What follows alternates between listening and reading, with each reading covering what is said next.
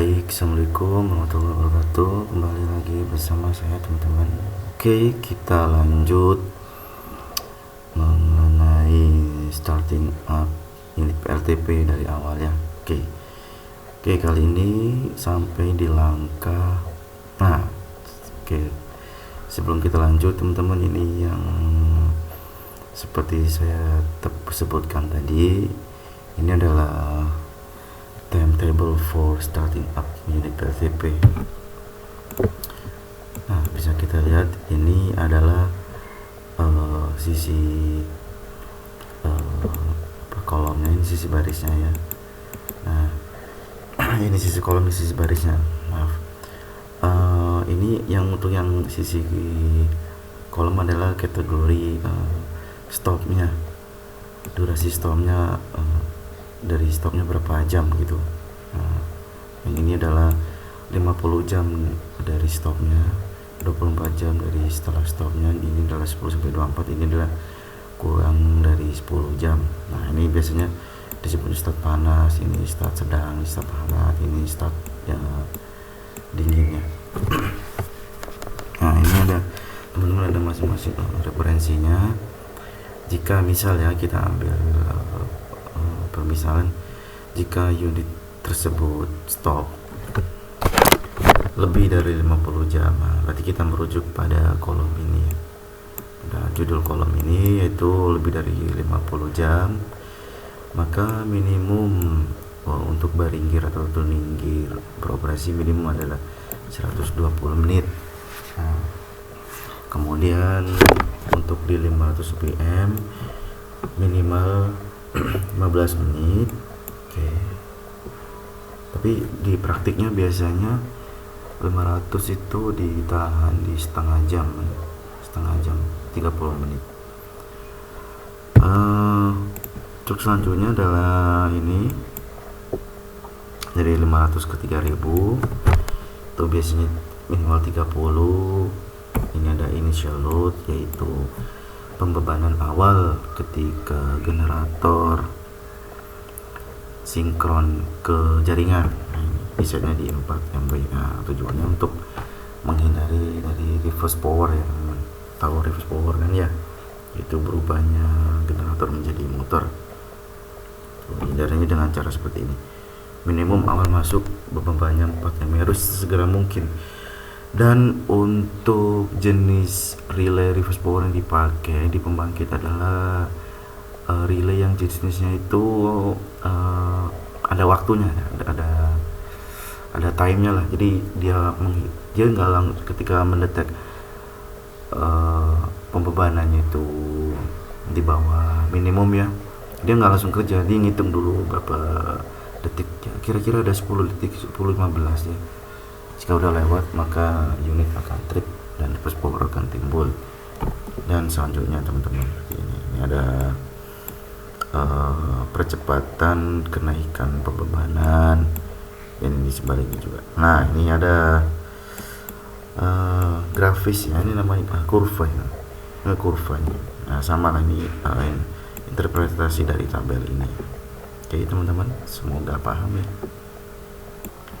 Lanjut teman-teman, kali ini ke langkah yang ke-19, yaitu setelah putaran mencapai 3000 rpm ya. Selanjutnya adalah kita melakukan protective device test atau sebutannya trip block test.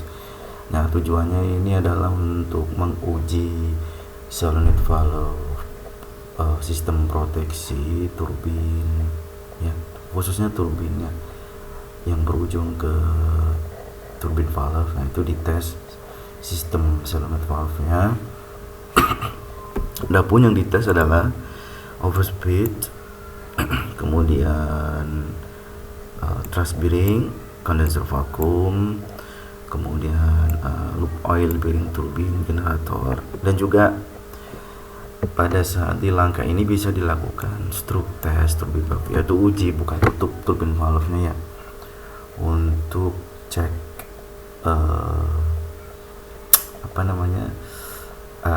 cek buka tutup valve nya agar tidak terjadi sticking atau stuck macet gitu loh.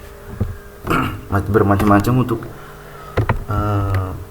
pada unit PLTP, bermacam-macam sebutannya untuk tes protektif, tapi secara prinsip sama, dia menguji sistem solenoid valve, sistem proteksi.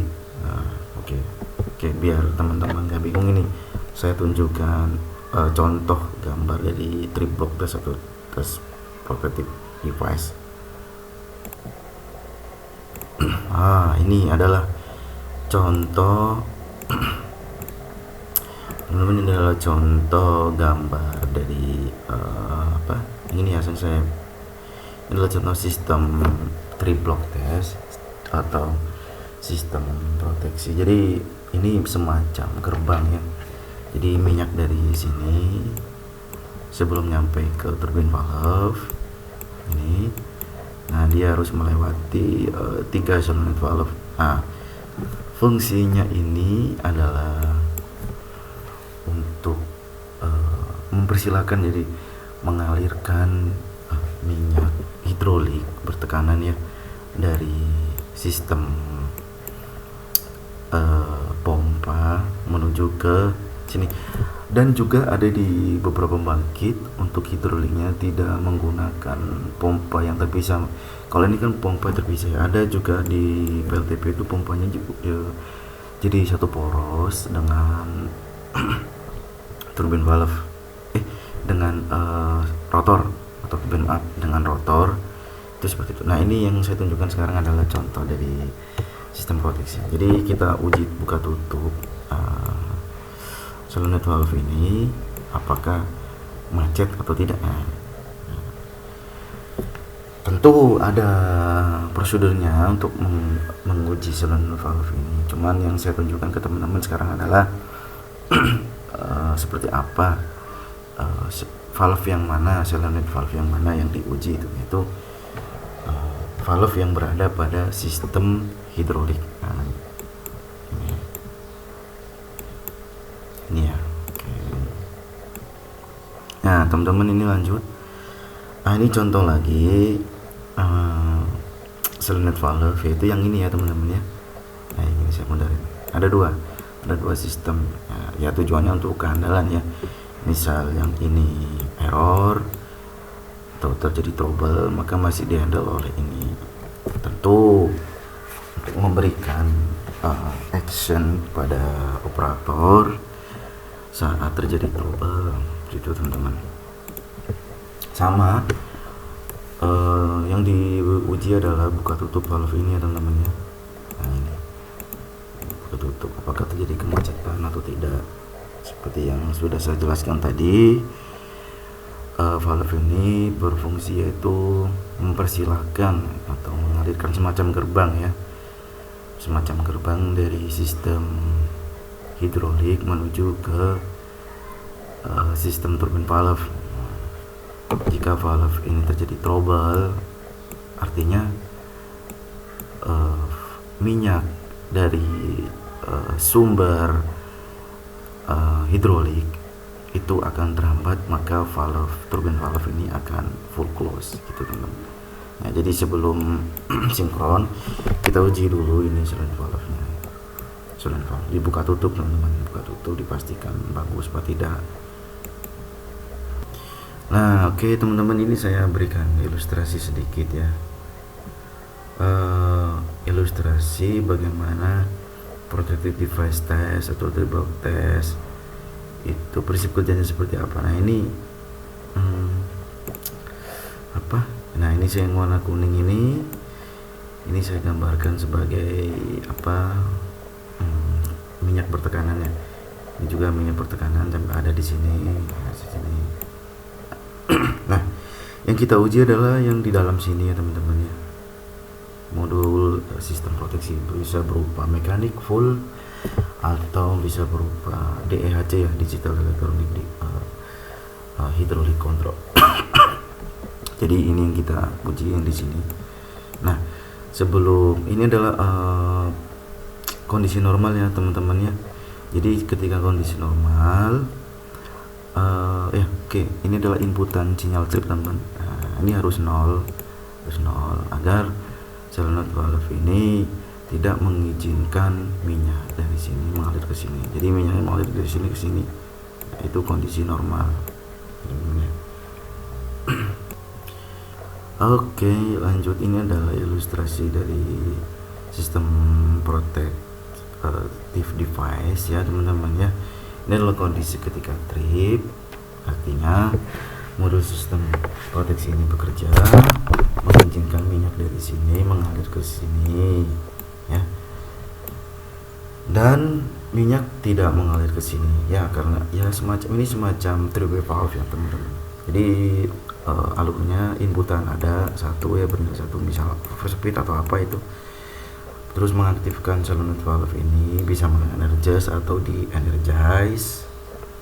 Tapi umumnya kalau di PLTP itu peralatan itu adalah di NC ya, normally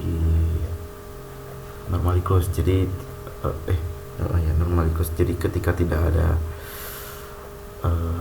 tegangan atau tidak ada masukan, dia akan membuka gitu.